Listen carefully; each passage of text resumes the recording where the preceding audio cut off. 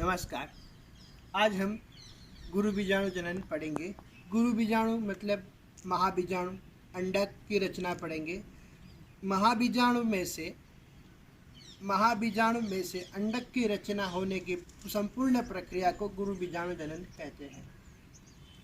इसमें गुरु बीजाणु जनन में आपको एक अंडक की रचना दिखाई देगी। इसमें दो द्वार होते हैं या दो तल होते हैं। एक होता है बीजांड छिद्र और एक होता है बीजांड तल। माइक्रोपाइल को बीजांड छिद्र कहते हैं, जो कि नीचे की ओर होता है, और ऊपर की ओर रहे हुए तल को बीजांड तल कहते हैं। बीच में ये इंटेग्यूमेंट से मतलब अंडक आवरण है। ये जो सारे आपको दिख रहे हैं 3, 1, 2 और 3, ये है अंडक आवरण, जो कि अंडक की रचना को रक्षण प्रदान करते हैं तथा ये विभिन्न वनस्पतियों में विभिन्न प्रकार के हो सकते हैं। तथा मध्य में एक अष्टकोशीय भ्रूणपुट या बीजांड या अंडक की रचना होती है, जिसमें 3 कोशिकाएं प्रतिव्यासांत कोशिका होती है, जो कि ऊपर की ओर होती है। मध्य में 2 ध्रुवीय कोशिकाएं होती है तथा नीचे एक अंडक तथा 2 सहायक कोशिकाएं होती है।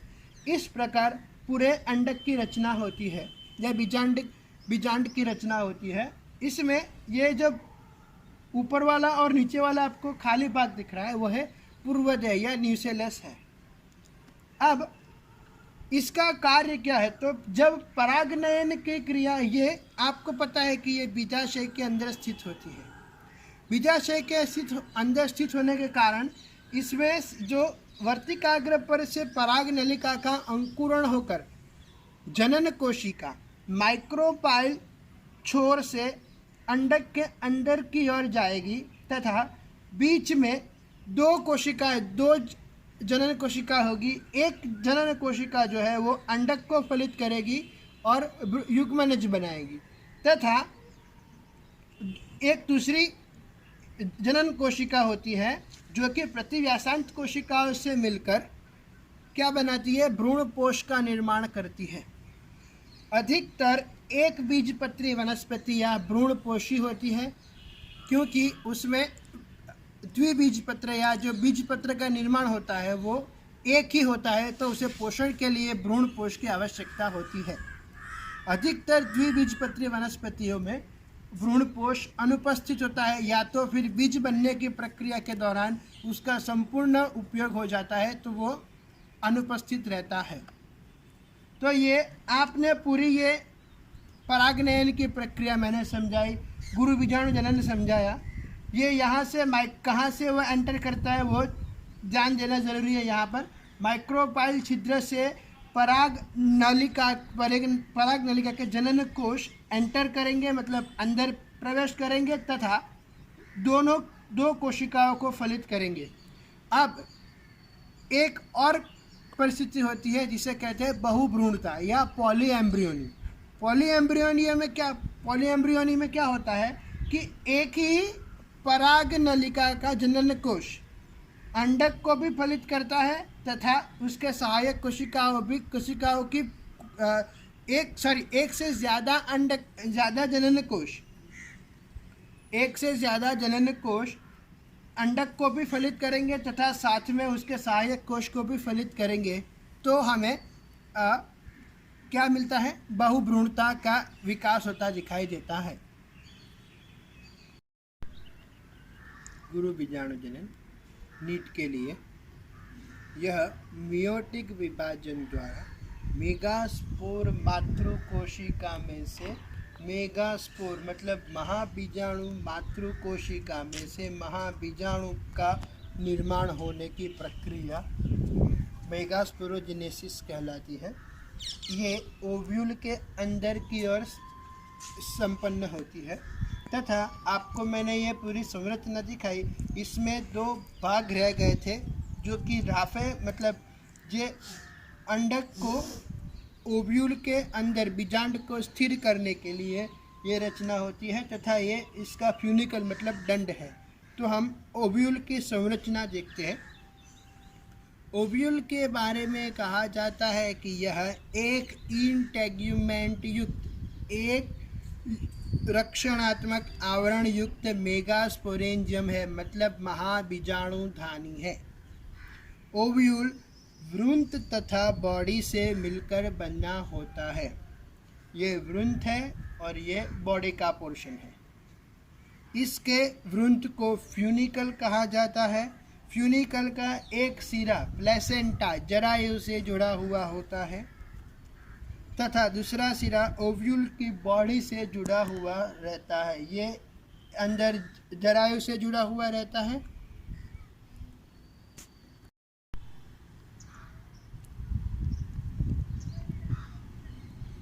इसके वृंत को फ्यूनिकल कहा जाता है। फ्यूनिकल का एक सिरा प्लेसेंटा से तथा दूसरा बॉडी से जुड़ा हुआ रहता है। यह बिंदु जिस पर फ्यूनिकल शरीर के साथ जुड़ा हुआ रहता है उसे हाइलम कहते हैं। कभी कभी फ्यूनिकल ओव्यूल शरीर के एक तरफ जुड़कर एक उभार के समान संरचना का निर्माण करता है, जिसे रैफे कहते हैं। कभी कभी फ्यूनिकल ओव्यूल शरीर के एक तरफ जुड़कर एक उभार के समान संरचना का निर्माण करता है, इसे रैफी कहते हैं। हाइलम मतलब बीजांड अक्ष, जहाँ पर बीजांड फ्यूनिकल के साथ जुड़ा हुआ होता है वो बीजांड अक्ष कहलाती है। ये हाइलम की रचना होगी। ओव्यूल का शरीर दो सिरों से को प्रदर्शित करता है। आधारीय शिरा जिसे निभाग सिरा या चलाजा कहते हैं, ये वाला चलाजा, तथा ऊपरी सिरे को माइक्रोपाइलर सिरा कहते हैं। मतलब ये एक्चुअली ये कैसे होता है कि चलाजा नीचे की ओर होता है सभी में, और ऊपर की ओर जो ये एक आदर्श अंडक की रचना है, मतलब ये प्रारूपिक अंडक की रचना है। जब ऐसे ही कई अंडक के बहुत सारे प्रकार होते हैं, तो एक प्रकार में जो माइक्रोपाइल होता है वो ऊपर की ओर होता है और नीचे की ओर चलाजा होता है। मतलब ये पूरा उल्टा होता है। मतलब यहाँ पर माइक्रोपाइल सिरा होगा और यहाँ पर चलाजा सिरा होगा। ओव्यूल का मुख्य शरीर एक या दो आवरणों द्वारा घिरा होता है, जिसे इंटेग्यूमेंट्स कहते हैं। ओव्यूल के शीर्ष पर ये स्वतंत्र रहते हैं, जिसे माइक्रोपाइल कहते हैं। इंटेग्यूमेंट एक बड़े पैरेनकाइमेटस ऊतक को घेरे रहता है। बड़े पैरेनकाइमेटस ऊतक को घेरे रहता है ये वाला, जिसे क्या कहते हैं, न्यूसेलस कहते हैं। सामान्यतः परिपक्वता पर संपूर्ण न्यूसेलस बीज में उपयोग हो जाता है, लेकिन न्यूसेलस की पतली परत परिपक्व बीज में उपस्थित रहती है, जिसे पेरिस्पर्म कहते हैं। अर्थात पेरिस्पर्म न्यूसेलस का रेमनेंट है। थोड़ी सी न्यूसेलस की ये पूरी की पूरी तो उपयोग हो ही जाती है, लेकिन कई बार ये न्यूसेलस की छोटी सी पतली परत उसके बीच के ऊपर रह जाती है, जिसे रेमनेंट कहा जाता है। न्यूसेलस के केंद्र में एक मादा गैमेटोफाइट स्थित होता है। ये मादा गैमेटोफाइट मादा जन्युजनक, जिसे एम्ब्रियोसेक या भ्रूणपुट कहते हैं, ये भ्रूणपुट है। ओव्यूल से इंटेग्यूमेंट के संबंध में निम्न स्थितियाँ देखी जाती है। यूनिटैग्मिक मतलब एक ही इंटेग्यूमेंट होने वाला, जैसे कि उदाहरण है सिम्पेटलस या गैमोपेटलस द्विबीजपत्री। युक्तदला द्विबीजपत्री में ये होता है। युक्तदला उपवर्ग की सारी वनस्पतियों में ये होता है। बाइटैग्मिक ओव्यूल दो इंटेग्यूमेंट युक्त होता है, मतलब आर्चिक्लामिडी द्विबीजपत्री तथा पॉलीपेटलस द्विबीजपत्री एवं एक बीजपत्री में दिखाई देता है। एरिल, यह ओव्यूल के आधार से निकलने वाली कॉलर के समान बाह्य वृत्ति है जो तीसरे इंटेग्यूमेंट का निर्माण करती है। एरिल, लीची, नटमेग में आदि में पाया जाता है। लीची और नटमेग में ये पाया जाता है। नटमेग भी एक वनस्पति है, लीची आप सबको पता है। कैरेंकल, यह माइक्रोपाइल के क्षेत्र में बाह्य इंटेग्यूमेंट से बाह्य वृद्धि कर के रूप में निर्मित होता है। यूफोर्बिएसी के ओव्यूल में सामान्यतः कैरेंकल पाया जाता है, जैसे कि एरंडी या कैस्टर, जिसे टिवेल बनता है वो। एटेगमिक, कुछ परजीवियों जैसे लॉरेंथस, विस्कम, सेंटेलम आदि में इंटेग्यूमेंट नहीं होता है। इस प्रकार के ओव्यूल एटेगमिक कहलाते हैं। ओव्यूल के प्रकार मतलब अंडक के अन्य अलग अलग प्रकार हैं। उसमें पहला है ऑर्थोट्रोपस। ये रचना अगर मैं समझाता हूँ पूरे प्रकार के प्रकार। एंजियोस्पर्म के ओव्यूल को आकार तथा विन्यास के आधार पर वर्गीकृत किया गया है। इसके 6 प्रकार है: orthotropous, anatropous, hemi anatropous, hemi anatropous, सर्सिनोट्रोपस,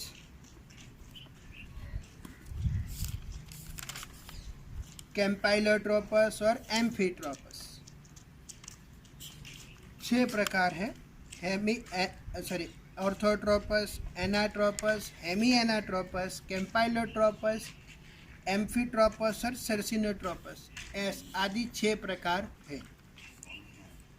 इसमें अंडक के माइक्रोपाइल, फ्यूनिकल तथा चलाजा के स्थान के आधार पर इनके प्रकार दिए गए हैं। अगर माइक्रोपाइल, चलाजा एवं फ्यूनिकल तीनों एक सीधी रेखा में होते हैं तो उसे कहते हैं एट्रोपस या आर्थोट्रोपस।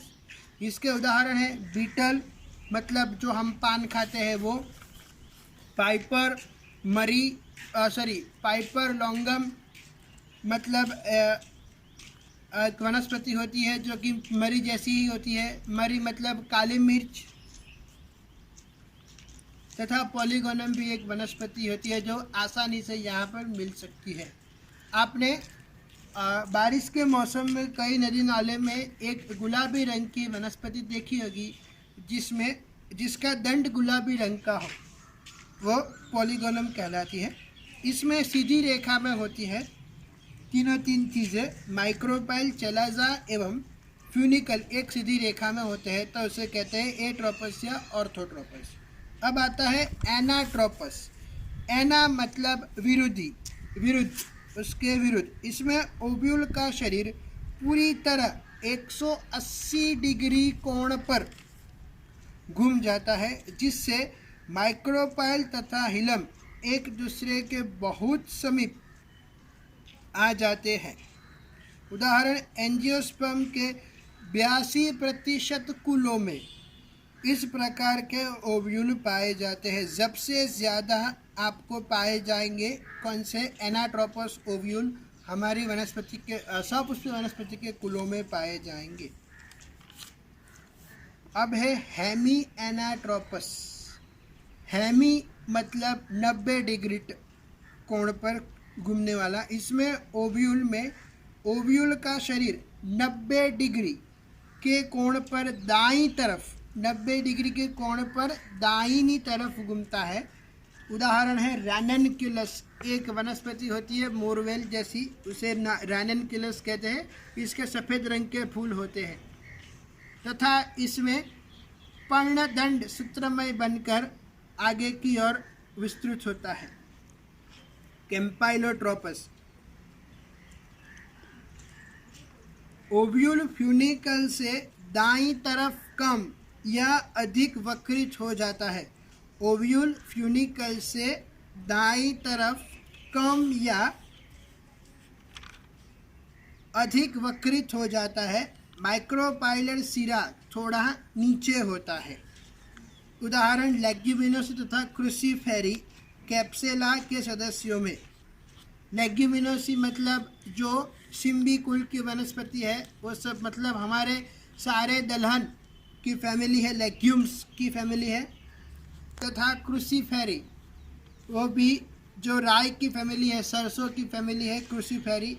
और एक उसके सदस्य है कैप्सेला, जो उसमें इस प्रकार के ओव्यूल पाए जाते हैं। एम्फीट्रोपस, इसमें वक्रण अधिक होने के कारण एम्ब्रियोसेक घोड़े की नाल जैसा हो जाता है, जो कि दिखता है लेमना, गुलबास आदि में दिखता है।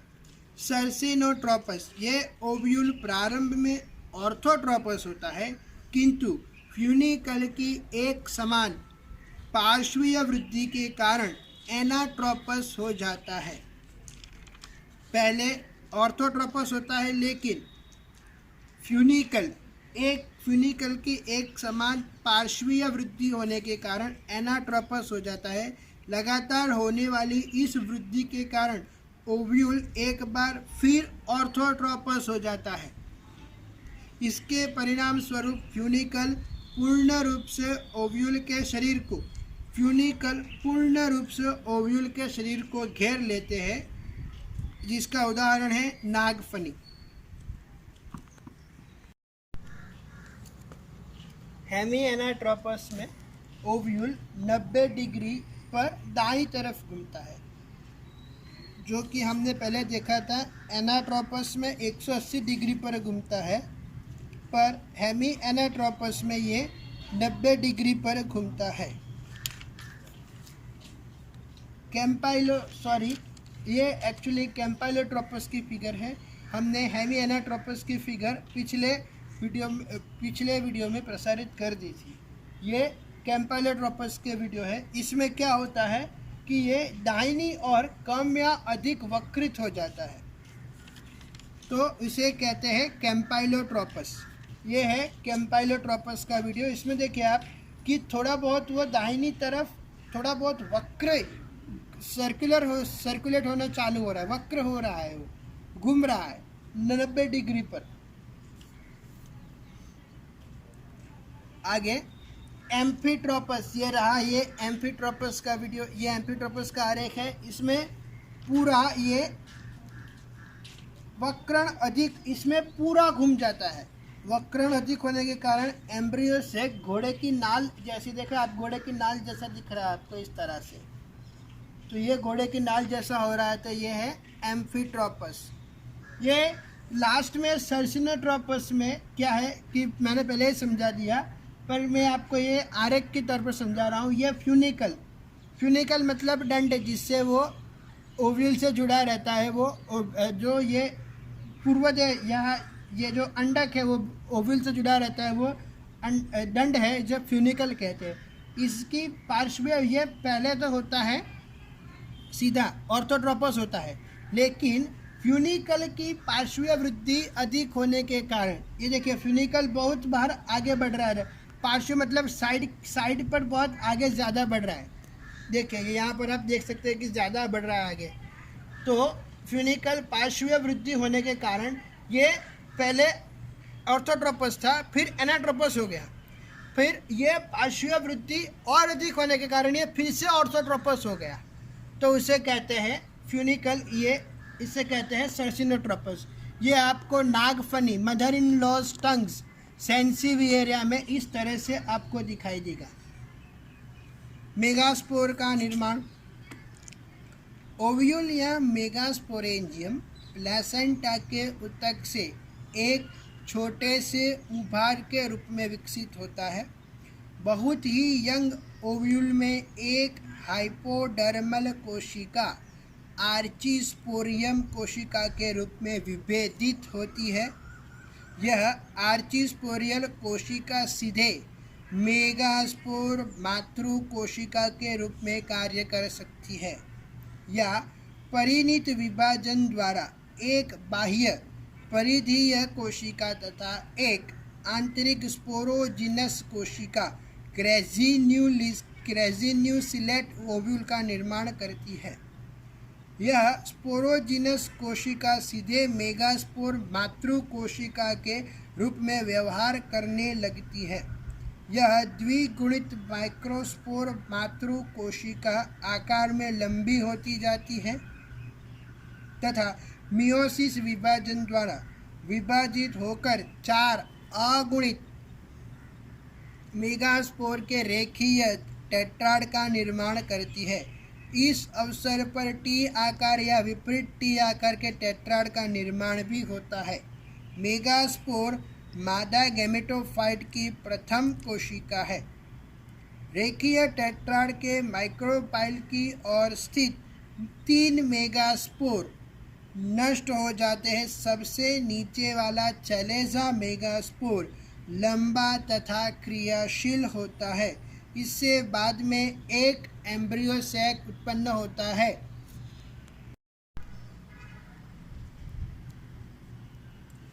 ओव्यूल या मेगास्पोरेंजियम एक फ्यूनिकल के ऊपर एक उभार के समान होती है, जिसमें सबसे पहले हाइपोडर्मल की कोशिकाएं विकसित होकर या विभेदित होकर आर्चिस्पोरियम बनाती है। ये आर्चिस्पोरियम सीधी मेगास्पोर मातृ कोशिका मतलब महाबीजाणु मातृ कोशिका के अंदर विभाजित होती है। इसमें ये महाबीजाणु मातृ कोशिका 2 समान अंग के अंदर विभाजित होती है। इसमें से बाह्य परिधीय कोशिका होती है और आंतरिक स्पोरोजिनस कोशिका होती है। अब ये स्पोरोजिनस कोशिका जो है वो सीधी महाबीजाणु मातृ कोशिका के रूप में विभाजित हो जाती है। इसके द्विगुणन से 4 एक कोशिकीय मातृ कोशिका महाबीजाणु बनते हैं। इसमें रेखीय महाबीजाणु का निर्माण होता है, जो कि टी शेप की होती है, लेकिन ये रेखीय टेट्राड है। इसमें इस प्रकार भी हो सकता है या तो फिर इस प्रकार से भी हो सकता है। ये टी आकार की है और ये उल्टे टी आकार की कोशिका है। इसमें अब आगे विकास या विभाजन होने से क्या होगा कि 3 कोशिकाएं जो है वो नष्ट हो जाएगी और सिर्फ एक कोशिका ही बचेगी, जिसे हम मेगास्पोर या महाबीजाणु कहेंगे। यही समान प्रक्रिया यहाँ पर भी संपन्न होगी। 3 निकल जाएंगे, एक बचेगा। यहाँ पर भी 3 निकल जाएंगे, एक बचेगा। तो ये सारे आपके बन गए मेगास्पोर्स बन गए, मतलब महाबीजाणु का निर्माण अब हो गया। अब आगे की प्रक्रिया निषेचन होगी, या पहले तो परागनयन होगी, बाद में निषेचन होगा।